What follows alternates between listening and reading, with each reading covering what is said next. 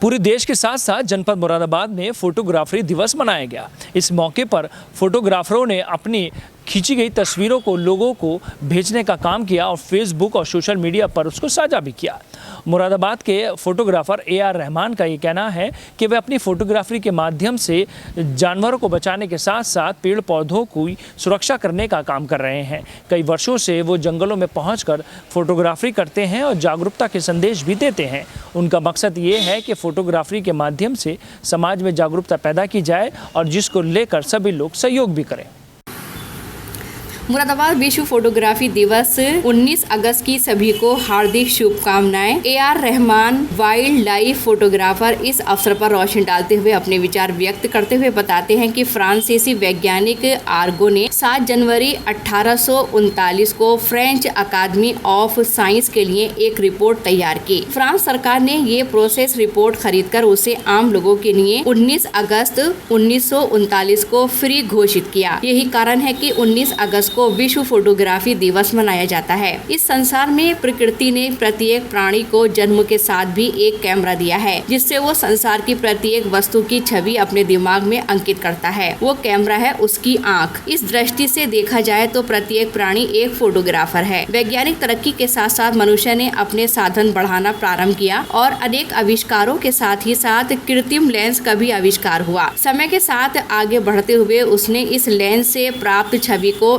स्थायी रूप से सहेजने का प्रयास किया। इसी प्रयास की सफलता वाले दिन को अब हम विश्व फोटोग्राफी दिवस के रूप में मनाते हैं। फोटोग्राफी का आविष्कार जहां संसार को एक दूसरे के करीब लाया, वहीं एक दूसरे को जानने, उनकी संस्कृति को समझने तथा इतिहास को समृद्ध बनाने में भी उसने बहुत बड़ी मदद की है। आज हमें संसार के किसी दूरस्थ कोने में स्थित द्वीप के जनजीवन की सचित्र जानकारी बड़ी आसानी से प्राप्त होती है, तो इसमें फोटोग्राफी के योगदान को कम नहीं किया जा सकता। वैज्ञानिक तथा तकनीकी सफलता के साथ साथ फोटोग्राफी ने भी आज बहुत तरक्की की है। आज व्यक्ति के पास ऐसे साधन मौजूद है जिसमें सिर्फ बटन दबाने की देर है और मिनटों में अच्छी से अच्छी तस्वीर उसके हाथों में होती है। किंतु सिर्फ अच्छे साधन ही अच्छी तस्वीर प्राप्त करने की गारंटी दे सकते हैं, तो फिर मानव दिमाग का उपयोग क्यों करता? तकनीक चाहे जैसी तरह, उसके पीछे कहीं न कहीं दिमाग ही काम करता है। यही फर्क मानव को अन्य प्राणियों में श्रेष्ठ बनाता है। फोटोग्राफी में भी अच्छा दिमाग ही अच्छी तस्वीर प्राप्त करने के लिए जरूरी है। हमें आंखों से दिखाई देने वाले दृश्य को कैमरे की मदद से एक फ्रेम में बांधना, प्रकाश व छाया, कैमरे की स्थिति, ठीक एक्सपोजर तथा उचित विषय का चुनाव ही एक अच्छे फोटो को प्राप्त करने की पहली शर्त होती है। यही कारण है कि आज सभी के घरों में एक कैमरा होने के बाद भी अच्छे फोटोग्राफर गिनती के हैं। इसी प्रयास में फोटोग्राफी को आजीविका के रूप में अपनाने वाले बहुत बड़े लोगों की संख्या खड़ी हो चुकी है। ये लोग न सिर्फ फोटोग्राफी से लाखों कमा रहे हैं, बल्कि इस काम में कलात्मक तथा गुणात्मक उत्तमता का समावेश कर जॉब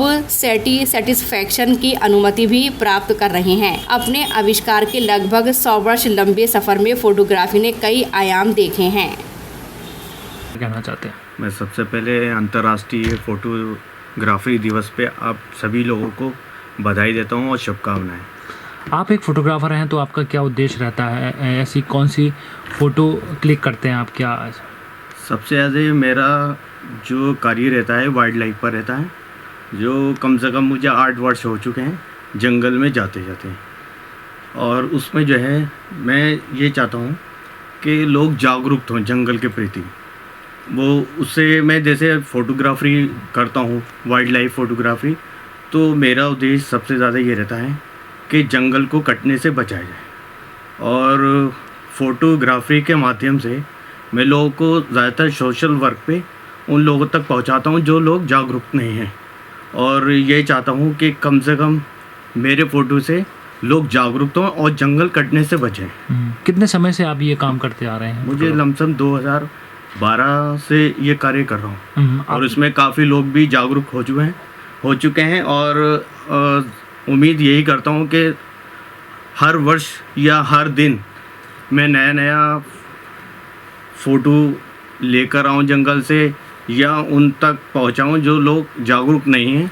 और ज़्यादातर मेरा उद्देश्य एक ये भी है कि जैसे लोग पेड़ लगा ही रहे हैं, मेरा उद्देश्य ये है कि जो जंगल में पेड़ बचे हैं या कहीं पे भी वो कटे नहीं, क्योंकि एक पेड़ लगने में या उसको बड़ा होने में 5 से 10 साल लगते हैं। संदेश देना चाहते हैं मेरे साथी जितने भी हैं कि छोटा हो या बड़ा, क्योंकि मेरे जो गुरु थे उनका यही कहना था कि कोई छोटा बड़ा नहीं होता, जिसका फ़ोटो अच्छा होता है वही बड़ा होता है। और मैं चाहूँगा कि ज़्यादातर लोग फालतू चीज़ों पे फ़ोटोग्राफी ना करें और ऐसी चीज़ पर करें जो इस वक्त चल रही है। वाइल्ड लाइफ एक दुनिया की मानवीय ग्रामी कहते हैं ना फोटोग्राफी है, और बहुत कठिनाई वाली भी और बहुत आगे बढ़ाने वाली भी। मैं अपने साथियों को सबसे यही रिक्वेस्ट करूँगा, ये प्रार्थना करूँगा मेरे साथियों से कि मेरे साथी सब मेरे साथ आएँ और जुड़ के हम आगे बढ़ें और अच्छे लेवल पे पहुँचें।